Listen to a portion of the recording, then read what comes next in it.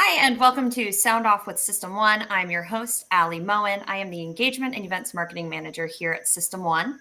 System One is a leading provider of specialized, highly technical, outsourced services and workforce solutions to critical infrastructure, technology, life sciences, and government sectors, putting more than 650 employees and 9,000 contractors to work in the UK, United States, and Canada.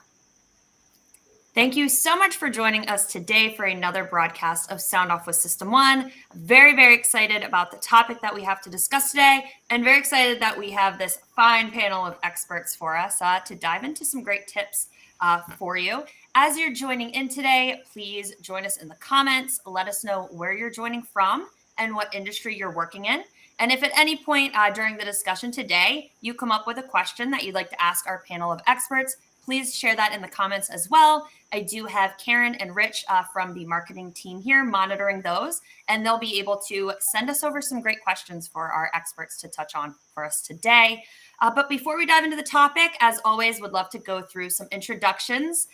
Today, our guest speakers will share a hot job, and then we're going to do a little fun Valentine's Day fact. So whether it's your favorite rom-com, or a tradition that you look forward to or you and your spouse look forward to every year, we're going to share those for you. So something a little different. But as I mentioned, my name is Ali Moen. I'm one of the marketing managers at System One. I have been in this role since August of last year, but part of the System One family for a few years now.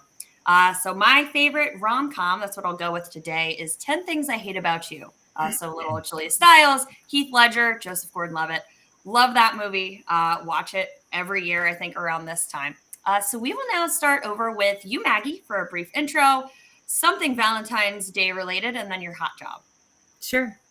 Good afternoon, y'all. Maggie Marroquin with Houston office, Director of Accounting and Finance, focused on placing accounting and finance professionals, contract to hire, as well as direct.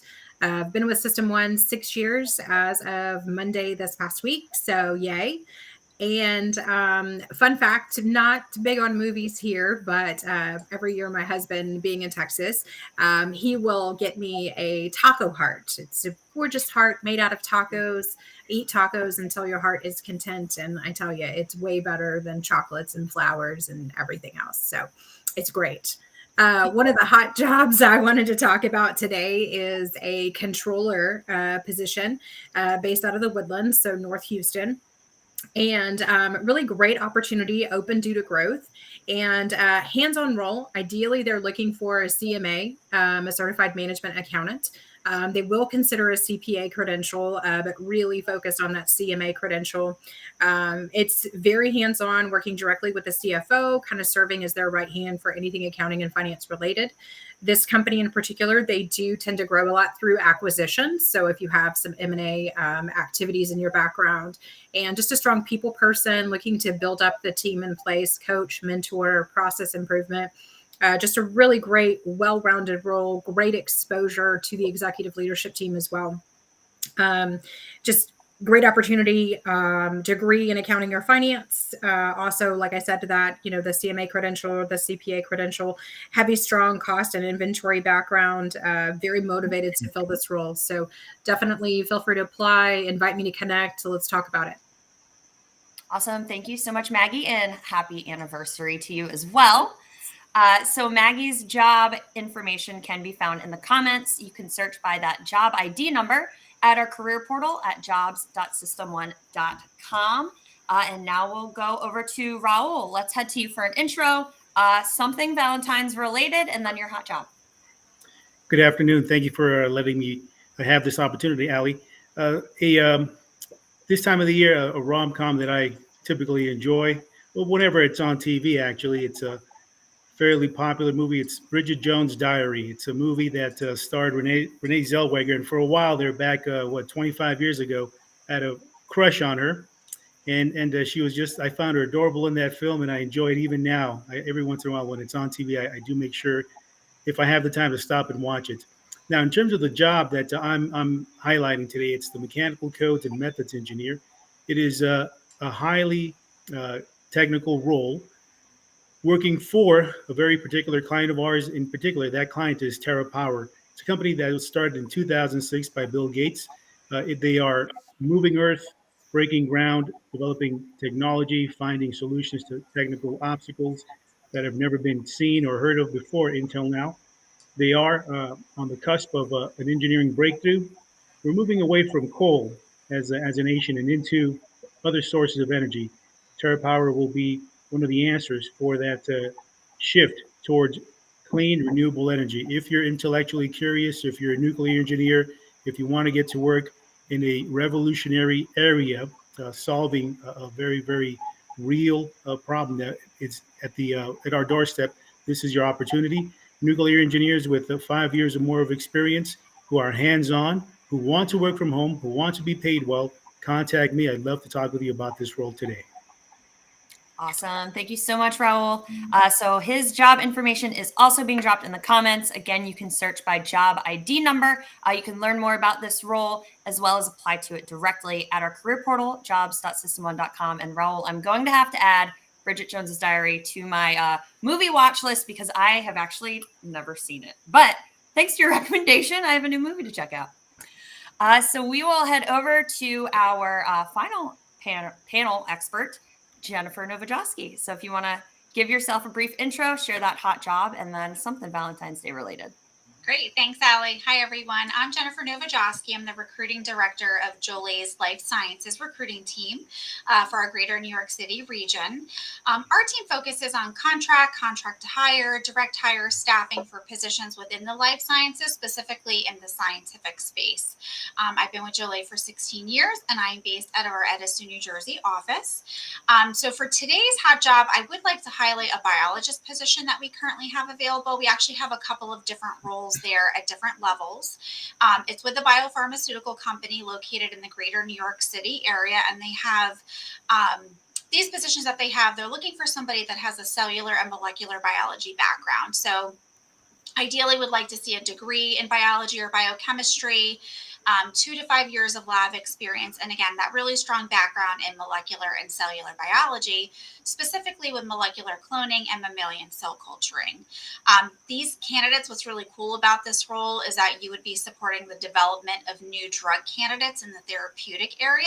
So if this is something you're interested in, let's connect on LinkedIn. We'll get you in touch with the recruiting team so that way we could discuss the opportunity more in detail. And in terms of Valentine's Day, I'd have to go with favorite movie or favorite rom-com. I would say Love Actually. I watched it so many times years ago.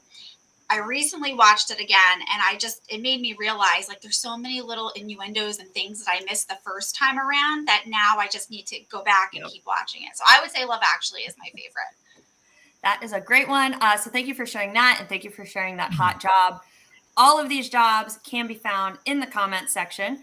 You can search them all, again, by the job ID number. And you'll also be able to find all open positions with System 1 and Joulé at our career portal. And that website is jobs.system1.com. Please also remember to connect with all of our experts today. That information is also in the comments. Quick shout outs. We have Danielle joining us, Otterway from Houston, Sam, Jennifer, Eloise, thank you so much for joining in. Please keep the conversation going, and any questions you have related to today's topic, please share those in the comments, and we'll make sure that our experts touch on those. And without further ado, let's dive into today's discussion. So today on Sound Off with System 1, we are going to be talking about personal and professional references and why they are key in the hiring process. So references, I think, aren't something that we touch upon and are really taught to us. I know when I first started looking for my first job, I was going to my parents to say, who am I supposed to ask? Who am I supposed to list as a reference? Because it's not something that's typically discussed, I don't think. So references are very important, though, because they help a hiring manager with a lot of different things, whether it's they're teetering between 2 to 3 different candidates and they kind of need a push in one direction. If they have some sort of gut feeling, and this can either affirm that, change that, whatever it may be, or it just might provide some insight for them into a question that they had that wasn't totally answered in speaking with the candidate or looking at a resume. So references are very important, and I'm very excited that our panel of experts is here to talk a little bit about why references are important, different aspects of a reference, who is a good reference, and why. So Maggie, we'll start with you and your thoughts into why they're so important in the hiring process. Yeah, sure. It's a great opportunity to allow hiring managers to really learn more about your personality and kind of how you would approach the new position. They want to know how you would do the job and just kind of validate or check whether or not your interviewing responses to their questions match what a reference would say about you as well. As far as like who to list, I'm a big fan. You know, all references should be professional, even if it's personal. And so somebody that's managed you in some type of capacity, whether that's a direct manager, a team lead, a senior accountant, right? And you were a junior accountant, right? Somebody that's trained you or any type of capacity like that. If you're a new grad, right, and never really just getting started, right, never really had a big grown up job, I always encourage candidates to list their professors or somebody that kind of spearheaded a project and can speak to some of those soft skills that are going to translate in your professional world anyway. Right. Absolutely. Absolutely. Raul, any thoughts on that? Yes, Allie. Something that comes to mind is, we're always looking for a competitive advantage, right? When it comes to being selected for a job or being selected overall. Think of someone in a reference who you've either developed, in other words, you helped put challenges, professional challenges in front of them that they overcame, or conversely, someone who challenged you, maybe someone that mentored you, that saw you grow in your career. That way, they can speak to more than just what's on the resume. They can elaborate as to those obstacles, professional obstacles that you overcame, or potentially that you helped them overcome as well. So I think that gives you that competitive advantage, that leg up when it comes to, again, all things being equal. If there's a decision to make between you and one other candidate, if you can give them a compelling vision of your abilities, they'll recognize it and they'll say, "This is the right person. Let's bring him or her on board." Yep. Absolutely. You know, an interview is a time for you to kind of put your best foot forward and tell your story and what you can do. But having references that are able to really then back it up is very important and can be very effective for you. So, Jennifer, anything to share there? Yeah, no, I agree. And I think too, what's really important is really be thoughtful of who you're identifying as your references, right? Make sure you're having conversations with those references so they know ahead of time that they're going to be contacted. Find out what's their preferred way to be contacted. I've had some candidates that have a job offer, but we can't officially extend it until we have a completed reference and we're waiting for somebody to get back to us. So, and likely that person wasn't expecting our call. So I think it's just being really thoughtful, somebody that can speak to your habits inside, in a professional setting. Maggie, to your point too, right? For somebody who maybe hasn't had work experience, or Allie, you were saying it too, like who do you pick, right? Especially if you haven't had any relevant work experience yet. Maybe you were a nanny through high school and college, right? Think about that family member who could speak as a reference for you, somebody who can talk about how you're trustworthy and reliable. So those soft skills definitely transfer. Yep, absolutely. And I love what you touched on in the beginning is to have a conversation with the person that you're going to use and list as a reference. You don't want them to be caught off guard with a phone call from someone trying to ask questions and learn more about a potential new hire. It also gives you the opportunity when you're asking someone if they would be a reference to touch on some different keywords or specific skills that you really want them to talk to that shed you in a really good light. I know that's one thing I did. I was a reference for a colleague a few years ago. And I asked her, what do you want me to talk about? What are keywords you want me to use? What's something that really ties to this position that will show you have that and you can step into this role and really make an impact. So definitely really important there. I do want to kind of circle back around with the group and ask a little more specifically. I think we touched on it a little bit, but what if you have a candidate that's interviewing for a job, and their current employer doesn't know that they're leaving. So they can't list someone from that company. They can't list their current manager as a reference because they don't really want them to have that phone call. What would you recommend a job seeker do in that position? Maggie, we can start with you if you have any thoughts. Yeah, I think it depends kind of on the situation, but we do see that a lot, right? I mean, as a recruiter, we're often trying to target those passive job seekers, right? Looking for opportunities that aren't necessarily posting their resume everywhere. So we do see that a lot. More often than not, that job seeker has a relationship with somebody they work with currently on a daily basis, whether it be a team lead, whether it be a senior, right? Maybe not necessarily their manager on paper, but somebody that could speak to that. And that's often, who I would end up talking to. And if that's not the case, I always encourage candidates, as you're getting your list of references together, definitely make sure those people know you've listed them as references. And if you know a potential employer is going to be contacting them about a specific job, give them a heads up. Say, hey, I interviewed for this company for X job. Here's the details. This is what they're looking for me to come in and do. And painting that picture really helps the reference person, right? Like talk about specific examples. So the potential hiring manager can already see you in that position just based on this reference. So it's really helpful on all sides if you kind of give them a heads up, like, hey, this person's going to be calling you. And then on the flip side of that, right? Back to your point, Allie, if you're not sure who to list, letters of recommendation. I am a big fan of that. I think that's not utilized enough. Maybe it's old school, but I love them. That's a piece of paper you can take with you anywhere and everywhere. Of course, you want it to look professional on letterhead and all of that. But it's just a great opportunity for you to get in the moment, right? Ideally, when you get that letter of recommendation, you are in the role or recently left the role, and you've asked your hiring manager, hey, say there's a layoff. We're all getting laid off. Would you mind writing a letter of recommendation for me to aid me in my search, right? And just having that conversation with them. I think that's another way to get into the reference conversation without notifying your current employer and letting the cat out of the bag there. Yep, absolutely. Jen, Raul, any thoughts here? Yeah, I think those are all really good points. And I think too, like you said, Maggie, it's kind of case by case, right? There's so many different scenarios. Maybe you're in a role, but this is your first job, so you don't really have any prior employment that you could go back to get references or reference checks for. So, excuse me.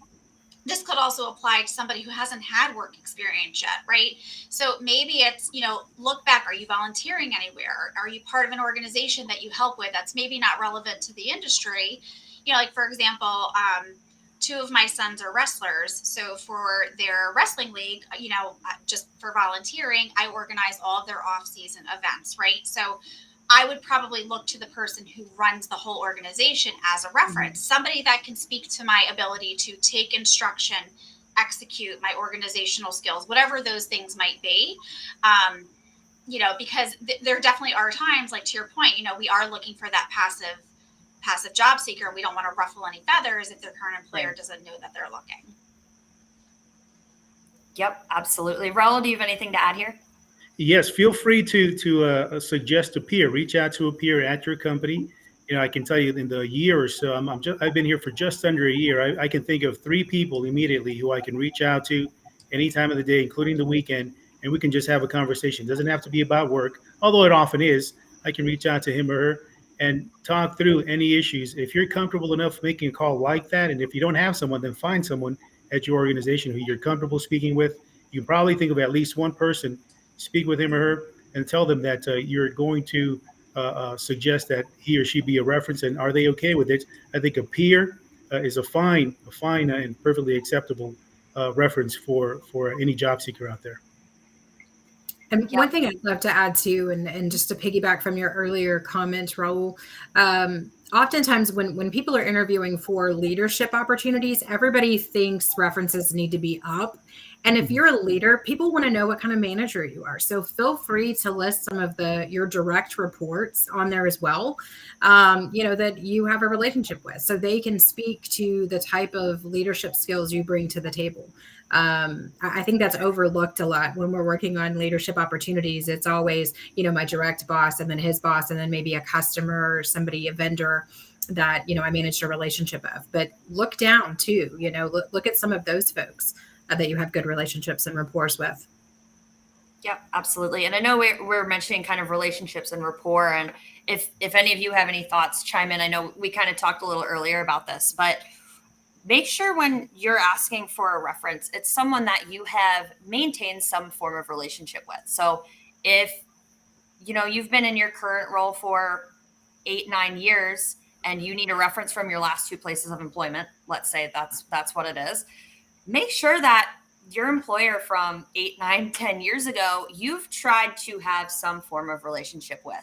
I think a good place for me is a site like LinkedIn, where it's a professional networking site. It's a very easy place to be connected with somebody, to comment on posts every once in a while that they make, to reach out for a work anniversary or for a birthday when you get that notification that pops up, and try to make it so if you have to reach out to someone that you haven't worked with in several years, you're making it more of a warm call instead of a cold call. You're still maintaining some touch points with them throughout the year to have that relationship and remain to have that rapport. So any additional thoughts on the topic? No? I think we covered a lot of it. I really enjoyed this discussion. Again, I said it earlier. I don't think it's something we talk about a lot. I see you raising that hand. We were talking about hand signals earlier. One point I did want to make, oftentimes the question comes up is when do I not only now I know how to gather and who to gather, right? Who's going to be my references? What do I do with this information? When do I share it, right? And if you're working with a recruiter, if you're working with an outside party, then definitely share that with them, whatever in the process. But my thought anyway in when to share reference information is, you get the interview, the interest is obviously there, you get the interview, you go sit down, talk to the hiring manager, talk about the skill set and all of that.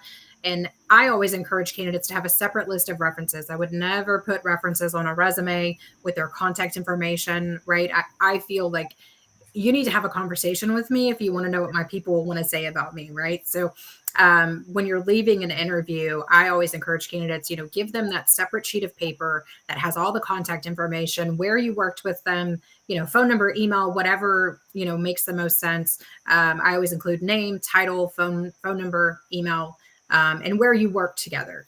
To help bridge that gap or whatever. And just, hey, it was a pleasure meeting with you. Here's a list of my references. All of them are aware and happy to take your call. But to me, that's probably the most appropriate time to leave that information. Yep, absolutely. Couldn't agree more with you. Well, again, I think this was a fantastic conversation, and hopefully some of our viewers out there got a lot of great information that you might be able to use moving forward. So thank you, my panel of experts, for joining me today. And thank you all for tuning in to another episode of Sound Off with System 1. You can find us back here again next Thursday, February 16th at 2 p.m. My lovely, lovely co-host, Karen Callahan, will be sitting down with Victoria Neeson, the CEO of DreamTech, which is one of System 1's creative divisions. So that'll be a very great conversation. Make sure to join in there. Please give System 1 a follow on LinkedIn and subscribe to our YouTube channel. We do share a lot of great content on resume and interview tips, leadership insights, success stories, and more. You can also find all of our past Sound Off with System 1 segments hosted on our YouTube channel. So be sure to check that out, and we will see you again next week.